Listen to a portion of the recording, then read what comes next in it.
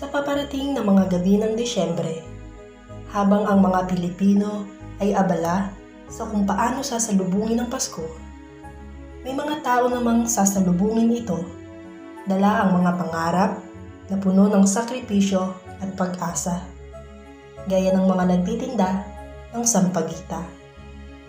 Ang bawat bulaklak ng sampagita nila ay sumisimbolo sa kanilang pagod, ngunit may pagmamahal at pagnanais na magbigay ng halimuyak sa paparating na Pasko. Ang dokumentaryong ito ay magbibigay boses sa mga taong sa kabila ng lahat ng hirap ay patuloy na lumalaban ng patas. Isang dokumentaryo ng tapang at pag-asa na patuloy na lumaban. Isa sa mga ito, si Jamie. Bata pa lamang, sa pagtitinda na ng sampagita, umaasa ng panggasto sa pang-araw-araw si Jamie. Mula sa pangbaon sa eskwela at pambili ng mga project hanggang sa pangtusto sa sarili at maging sa sariling pamilya. Tagal na, alam na eh. Mga 18 years. So, bata pa lang po kayo? 7 years old pa lang, nagtitindan. Sa pakikipanayam namin kay Jamie, naikwento niya ang ilan sa mga naging karanasan sa tagal ng panahong siya ay nagsasampagita. Sa, kunwari, pag may bagyo, tas ilang araw may ulan, may kita mo talaga kami tuyo, basang-basa kami doon, tas biglang sikat ng araw, paraming natuyo lang kami sa namin, sa damit namin.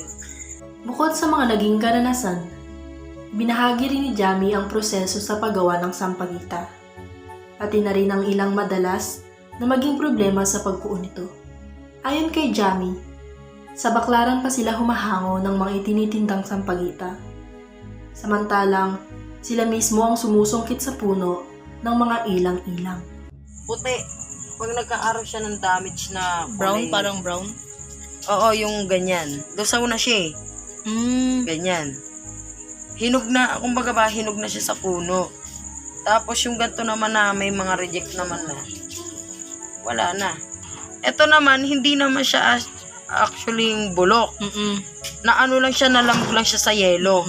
Sa sampagita naman, ganyan, yan. Nilagyan namin kasi ng sao para hindi siya namin. Ganito na siya paggawa. Ganyan siya. Ayan ay mga finished ganyan product. yung gawa na siya. Mga ilan na lang po siguro nagagawa nyo ngayon to? Ngayon, malapit na kami mag-1-2. Okay. Ganun. Layo pa, marami-rami pa po yan. Marami pa, meron pang ganito eh, sa cooler eh. Ngunit, bukod pa sa mga nabanggit na mga problema, isama pa ang pagod at puyat, may mas malaki pa pala silang hamon na kinakaharap at dinarain. Ano bang ginawa namin? Ba't nyo kami pinapalabas? Ba't ganito yung ginagawa niyo sa amin? Para kaming aso. Kasi yung mga ibang barangay doon, gano'n magtaboy yung, doon kayo, doon. Kasi kahit sabi mo wala kami pinag-aralan eh. May ano pa rin. Alam naman namin ibig sabihin yung para kaming aso pinataboy, di ba? Hayop. Sa kanilang paghihirap at pagdiskarte sa buhay upang maitawid ang bawat araw, ganito pa raw ang kanilang nararanasan. Kinabukasan, araw ng linggo, kung saan pinakamabenta ang sampagita, sinamahan namin si Jamie sa pagtitinda.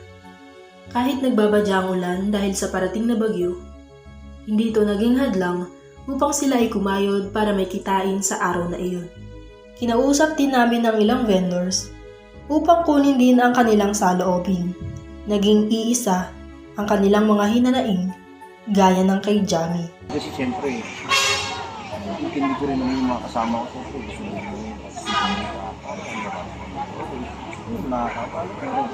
Alam mo, at the end of the mass, lalabas ang tao nung wala lang rin. Alam mo, ibig sabihin na, nakaharang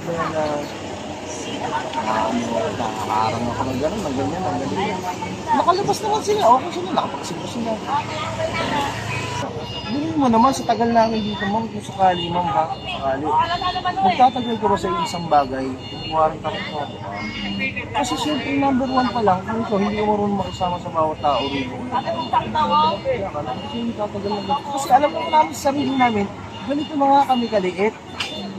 Magtatarampado pa ba naman kami? Hindi na nga lang iniingatan namin dito sa sarili namin na bilang mahirap kami, magbuting tao na lang.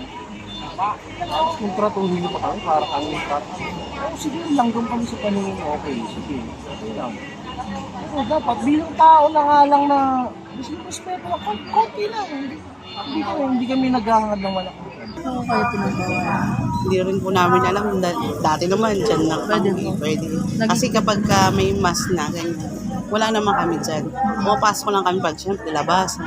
Kasi Nagigpit po sila. nag-mix.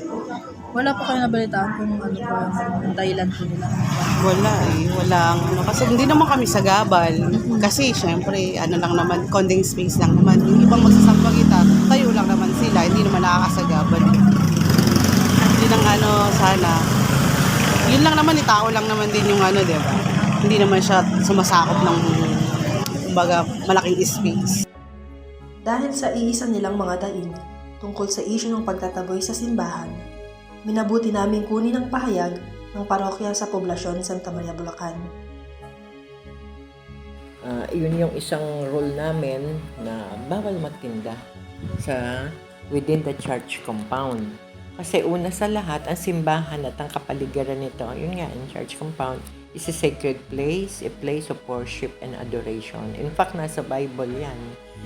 Kung kayo, if you want to read or to search doon sa Bible verse ni Mateo, chapter 21, verse 12, andoon, makikita nyo kung paano sinabi ni Jesus doon sa mga handon sa loob ng simbahan na ito'y puok ng dalanginan, hindi kaguluhan, hindi palengke, hindi pagbebenta. Another verse na mag-justify ng ganong role namin is yung kay John chapter 2 verse 15. Oo. Actually, yung mga vendors meeting namin 1 month before our implementation on August 1. August 1 kami nag-implement eh. Actually, hindi kami naglagay ng mga ano dyan eh, ng mga tarpaulin. Hindi na kami naglagay. No? Kasi umasa kami na naintindihan nila na tinanggap nila yung sinabi namin, kinausap naman namin sila na bawal ang magtinda sa loob. In spite of that, they are disobeying our rules. So, humingi nga ako ng tulong sa mga authorities to help us. Hindi naman sila minamaltrato, hindi naman. Pinagsasabihan sila na observe. Alam naman nila eh. Observe ang rules para ma-maintain. Sa huli, ang sampagita, bagamat simpleng bulaklak, ay sumisimbolo ng tapang, pananampalataya, at pagnanais ng mga vendor na baguhin ang kanilang buhay. Sa kanilang pagsusumikap, nagdadala sila ng pag-asa para sa kanilang pamilya at komunidad. Sa kabilang banda, mahalaga ring igalang at irespeto ang mga puok dalanginan tulad ng simbahan, na nagsisilbing espasyo ng pananampalataya at pagninilay. Ang pagsunod sa mga alintuntunin ng simbahan ay tumutulong sa pagpapanatili ng kalinisan at kaayusan, at nagpapakita ng respeto sa Diyos at sa kapwa na nagpapalalim sa ating espiritual na karanasan. Para sa kwentong makinarya mula sa Gasera, ilaw ng katotohanan, gabay ng bayan.